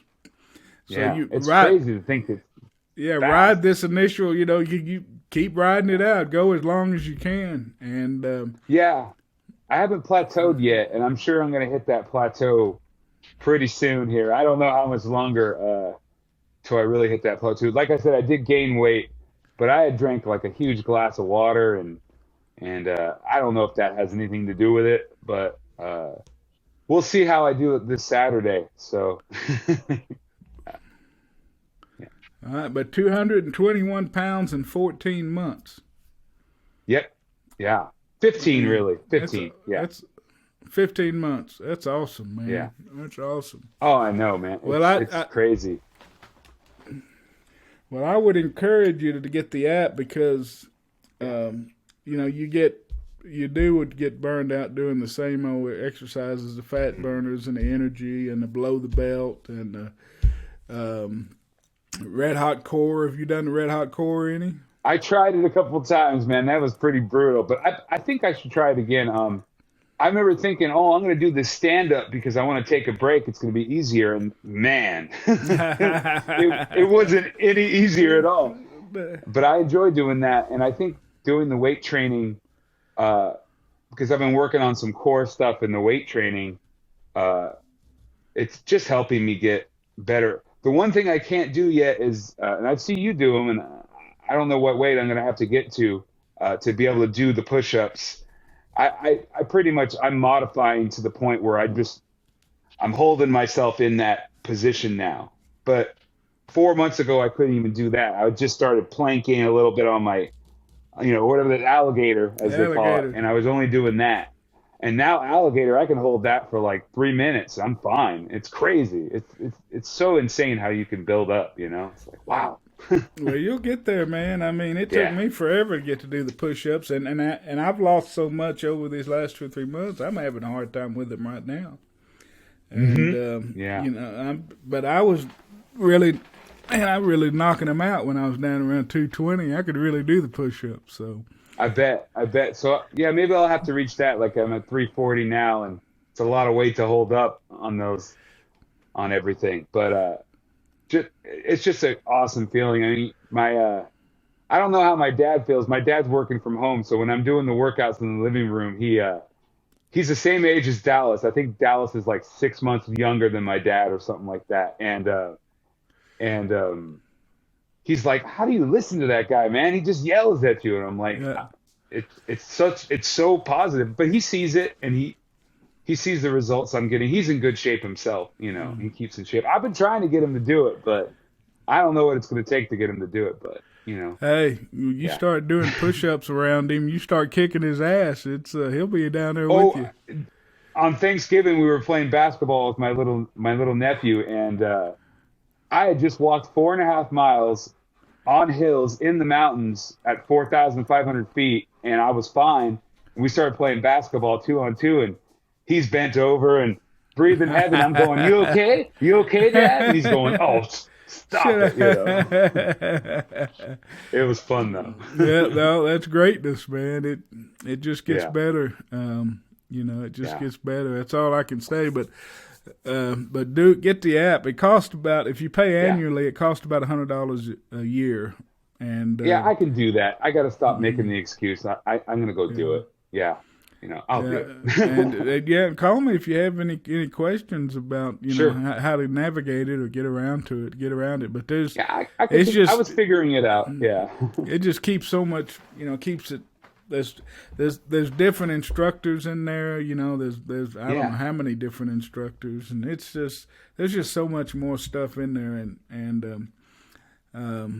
that's the app's the only way to go. Yeah. They've started this. DDP Yoga on Demand streaming, but I don't know. I don't know what that's Ye- all about. Yeah, Yeah, I know they have. I have one of those Roku's, and I think they're on something on that. I remember. I just don't have it in the place that I have the most room to do the workout right now. I have a yeah, tiny room that I'm in right now, and there's not uh, enough room for me to do those yeah, workouts. But maybe yeah. some of it, but not all of it. So I mean, I don't know. Yeah. I don't know about that, but I'm 100% on the app. 100% on board on the app. Yeah. Yeah. All right. What do All you right. what do you say to someone who's just starting out? Take it one day at a time. I mean, seriously. Um, for me, I really, I know it's a different battle of like a drug addiction, but for me, it really is almost that kind of 12 steps kind of thing where you're just like, I got to do this one day at a time, wake up tomorrow and do it again. Just like Dallas says, when, do this again tomorrow, do this again tomorrow. I mean, it's so inspiring to just go, yeah, I can do this again tomorrow. So that's what I would say to people. Just really try to commit. It's going to be so worth it, you know. Did Have you met anybody in the DDP yoga community? Have you met any friends? I've talked to a few people. I've seen a couple people with some struggles, um, and they're trying to get back to it, which is great. I haven't really talked to that many people besides you. There's been some people that leave comments on the when I do post on the app. I'm not on the app. I'm sorry, on the Facebook pages and the support page. Those are great things to have. Really awesome, and people are really, really positive on those things. That's what's so great about it. Yeah, It's unbelievable. 70,000 people, all positive and supportive. yeah. What kind of? That's an awesome support system. Yeah. The you do. What was it like, or have you been able to just walk in the store and buy clothes yet? uh, I'm almost to that point. I haven't yet. I can't keep clothes long enough anymore. I have them for a month, and it's like I think I've gone down like 12 pant sizes or something insane like that. It's crazy. I order online a lot, and then I'll get clothes, and then 3 weeks later, it's like, man, this is too big. But Where do you get your yeah. clothes from? Usually like there's a store called King Size I like. Um, there's also just Amazon in general. I can start buying shirts now with actual I don't have one on today, but actual graphics and stuff. I couldn't do that for a long time. Uh, But the best thing for me has been going, because in California we're still pretty mask wearing people out here, and when we go into stores, is I'll recognize people and they cannot recognize me. They haven't seen me this whole pandemic, and I got a mask on to boot, so I'll walk by them and like try to see if they see me, and then half the time I got to go up to them, and then they just look at me like, "Oh my God, what happened to you?" But that's an awesome feeling. So yeah, well, what size were you buying when you were at your heaviest? What size clothes? I was an 8X shirt. Yeah, 8X, and now this is a 5, and it's too big.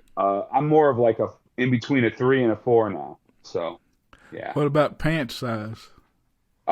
I was a 62 waist, and now I have a 48 waist.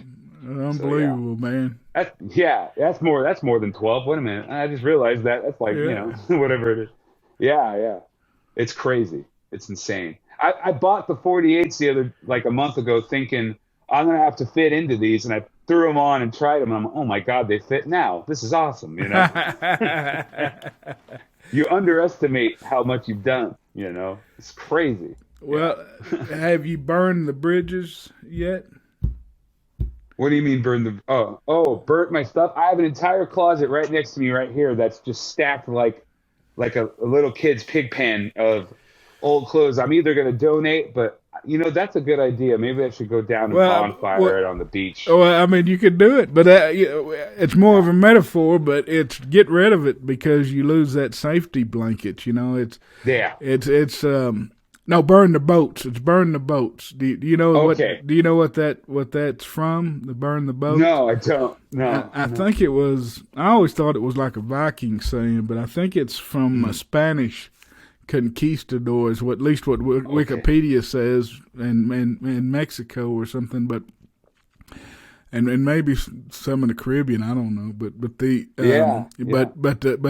the logic is, when they sailed and they got to the new land, that the person in charge, the captain, ordered the people to burn all the boats. And that way they don't have the ability to mutiny or leave or go home, that they're stuck. And now they got it. Everybody's got to fight together to stay, fight for their life. And so, oh my gosh. Yeah, the metaphor is, burn the boats is get rid of all those damn clothes. And it's, I just recently, I've burned the boats. Some people keep some for like pictures, but I had given away, I donated everything. As soon as I got out of it, I donated it. And my weight right now is, I'm damn near naked. I had to go to JCPenney, final clearance rack, just to buy some things to wear right now, as I start to get it back down. But I bought the cheapest stuff I could find, and I'm not going back up. It's a hell of an incentive when you got nothing to wear. That's true. Right. Yeah. That's really true. You were saying about back of the Spanish doing that thing. Just on a side note, I found out recently that I had we've been doing that ancestry.com thing, and my family goes way back, that we had like a uncle or something that was like a rum runner in Barbados or something like that. Oh, really? Yeah. Wow. It's crazy. Yeah, something wild like that. I'm like, whoa, cool, So which one did you do? Which did you do ancestry.com? I think my aunt and my sister initially did that like a couple of years ago, but they're always getting updates. I did do that DNA thing, the 23andMe and stuff recently. So I've been learning more about my heritage and stuff. I had a lot more German and French than I thought I did. I thought I was just a British Irish guy. That was it. But I listened to audiobooks. I got a library card, and I get audiobooks and listen to them. And there was one that sounded interesting. It was talking about ancestry and lineage and all the things that's coming from these groups, ancestry.com. And there's one out there that's like a Wikipedia of ancestry. I forget the name of it, but you can upload, and you got all these, it's unbelievable. Oh, cool. But anyway, I forget the name of it, but I was scared to start putting my stuff in there. But I want to do it. But anyway, the reason I say that story, because I can't get this mental picture out of my mind. There was a lot of talk in the book about newfound brothers and sisters, and that. And people that and not having a biological father in the relationship, but there was one that sticks out in my mind. There was a family of nine kids. The father had just passed away, so they did one of the genetic DNA tests, and it turns out that he was not the father of any of the 9 kids. That the 9 kids had 8 different fathers. Oh my gosh. That's crazy. So, Oh that one man. just sticks out to me, and he Yeah. passed away not knowing that, so he raised 9 kids from 8 different guys. Wow. Wow. As my cousin always said, mother's babies, father's maybe. I think Yeah. but yeah, it's I want to do that 23andMe. Did you do the medical side of it to see what you? Yeah. Well, some of it, they always ask like for more, and I'm like, that's okay.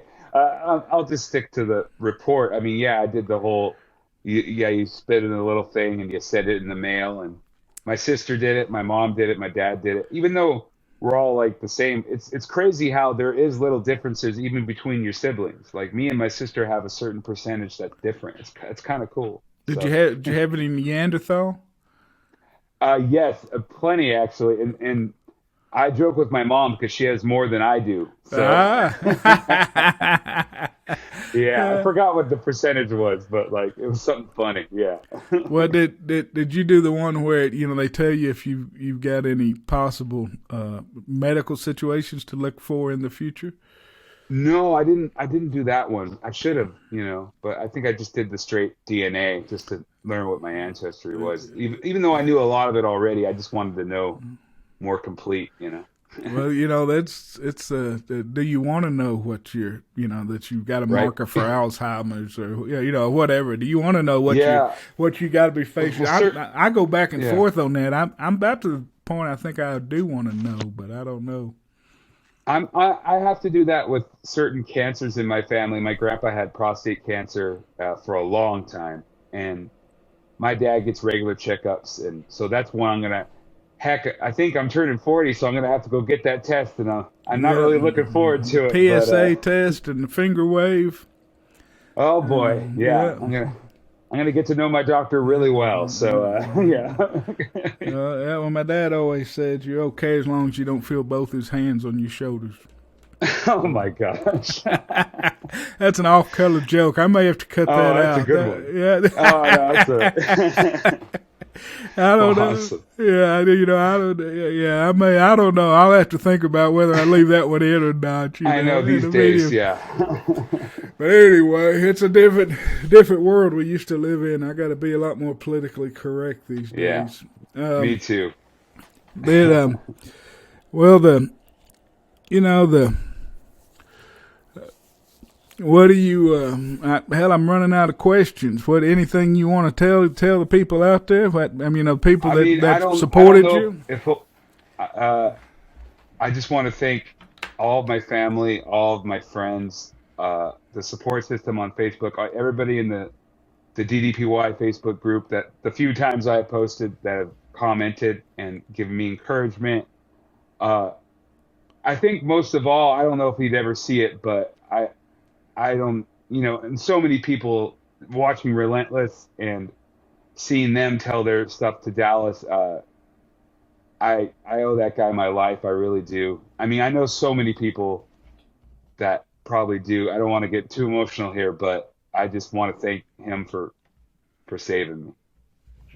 Well, That's all I can say.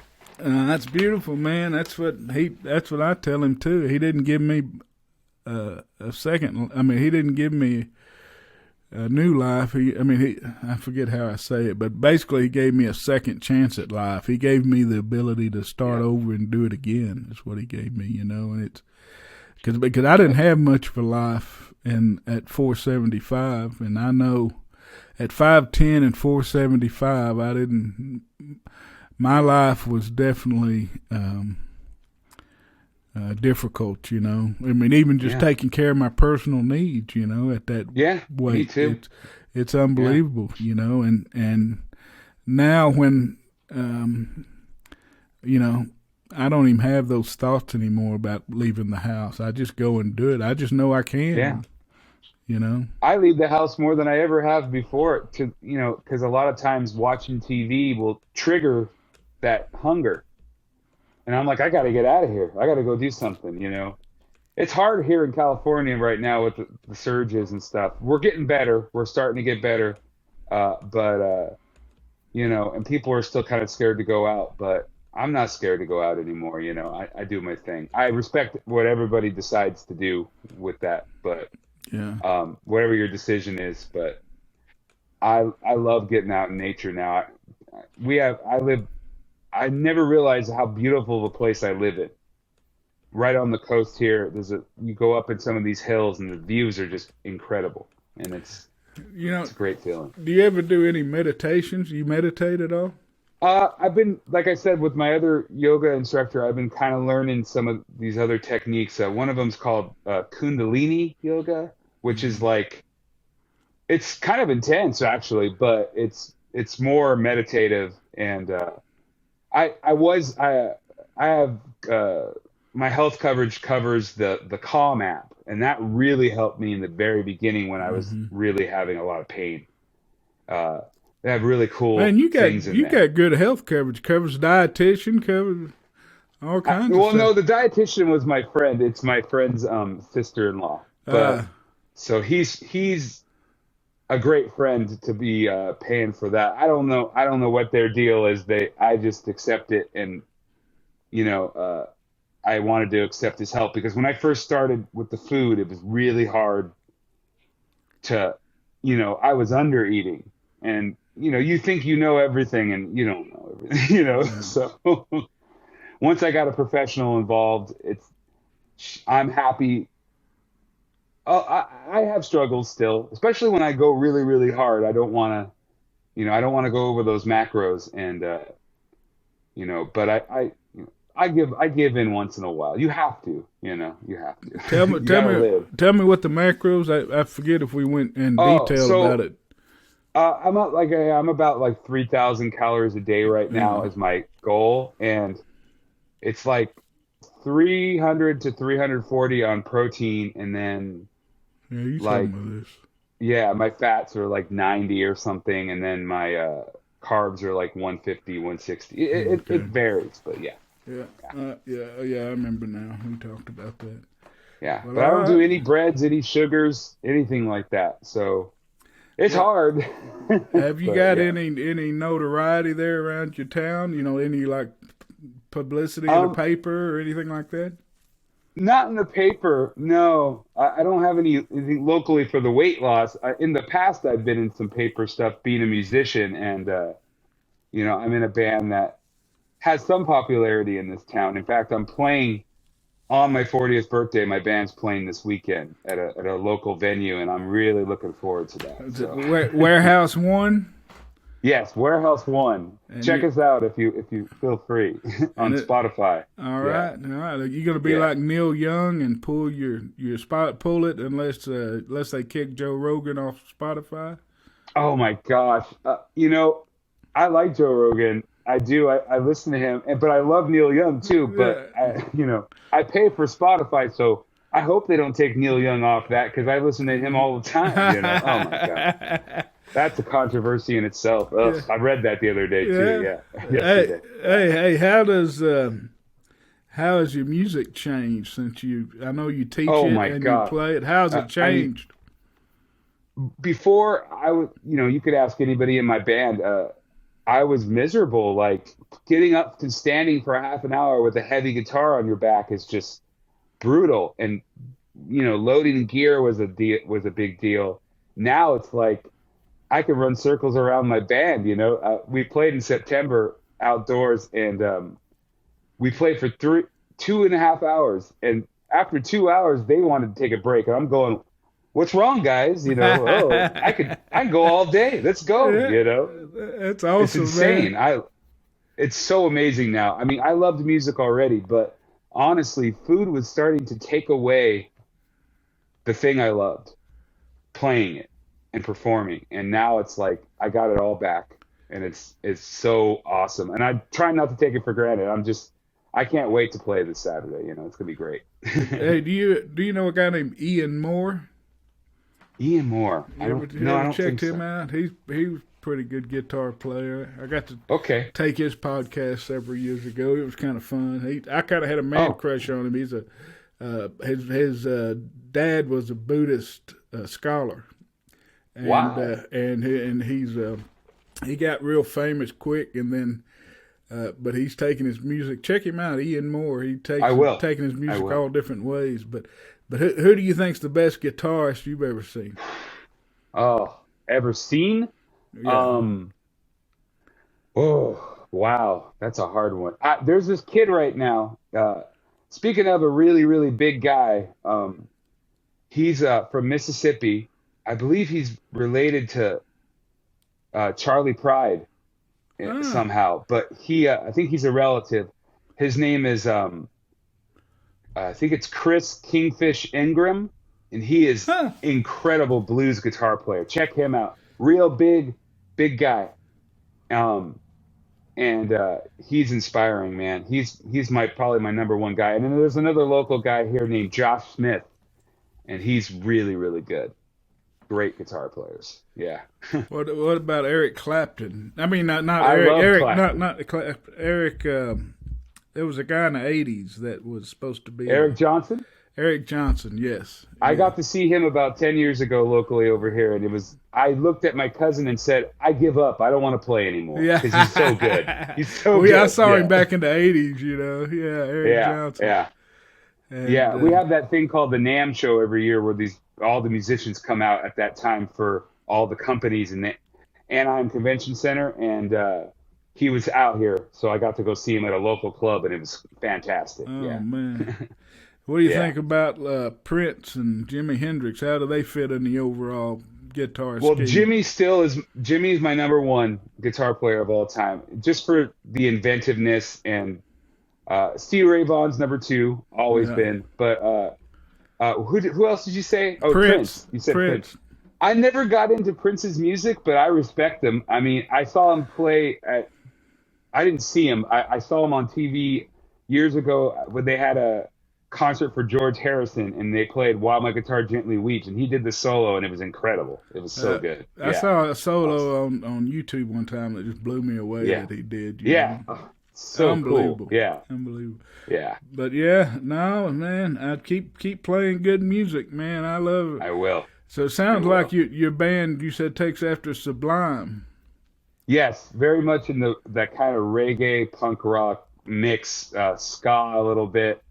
The Sublime is from right across the bridge from me in Long Beach, California. I'm right by that big city, so Long yeah, Beach, yeah. So you a UFC person? Isn't the I haven't been into it for a long time. the but, Diaz brothers, aren't they from around that area? Nate and I think so. Nate. The Gracies are. The Gracies Gracies. are all from here. Oh man, Yeah. that's crazy. I actually saw one time I was at a house party and one of the Gracie guys got in a fight and all of them showed up and it got pretty crazy. I got out of there. I wasn't involved. I went, oh, I'm out of here. I'm not gonna.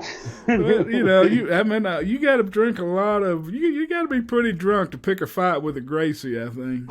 Yeah, I think that guy Tank Abbott's from around here too. Yeah, Huntington I Beach, remember think. Tank Huntington Yeah. Beach. I remember Tank from Yeah. back in the day. That was back in the '90s. Yeah, he did the wrestling for a while too. I remember in WCW for a little while. Yeah, That dude was tough, man. yeah. Real tough guy. Yeah. Yeah. All right, man. Well, I All right. wanted to talk a little more to try to push my off-color joke away from the ending, so maybe they'll forget about it by then. So, Yeah, I know. all right, problem, man. man. We'll keep Okay. keep kicking ass, and I will. participate more on the Facebook group because you've got a I need story to to. tell. You've got, we've got to. As part of the reason I do this is to help inspire others and Yeah. give back to the people that help me. The people that have reached out and that's what DDP does. He just helps and I know. inspires. That guy is so incredible. So Oh, my gosh. start telling your story. People need to know what you've done and how you've done it, and people need, people need their life changed because it's unbelievable what the program's done for us. Yeah. Unbelievable. Yeah. All right, man. Well, All give right. us a closing. Give us your final word, and then we'll take off. My final word. Yeah, something Don't give wisdom. up. Yeah, give us some wisdom. Yeah. Just don't give up. That's Just right. just trust the program. You're going to get somewhere. That's the biggest thing I could say. It's going to work. If you devote yourself, it's going to work.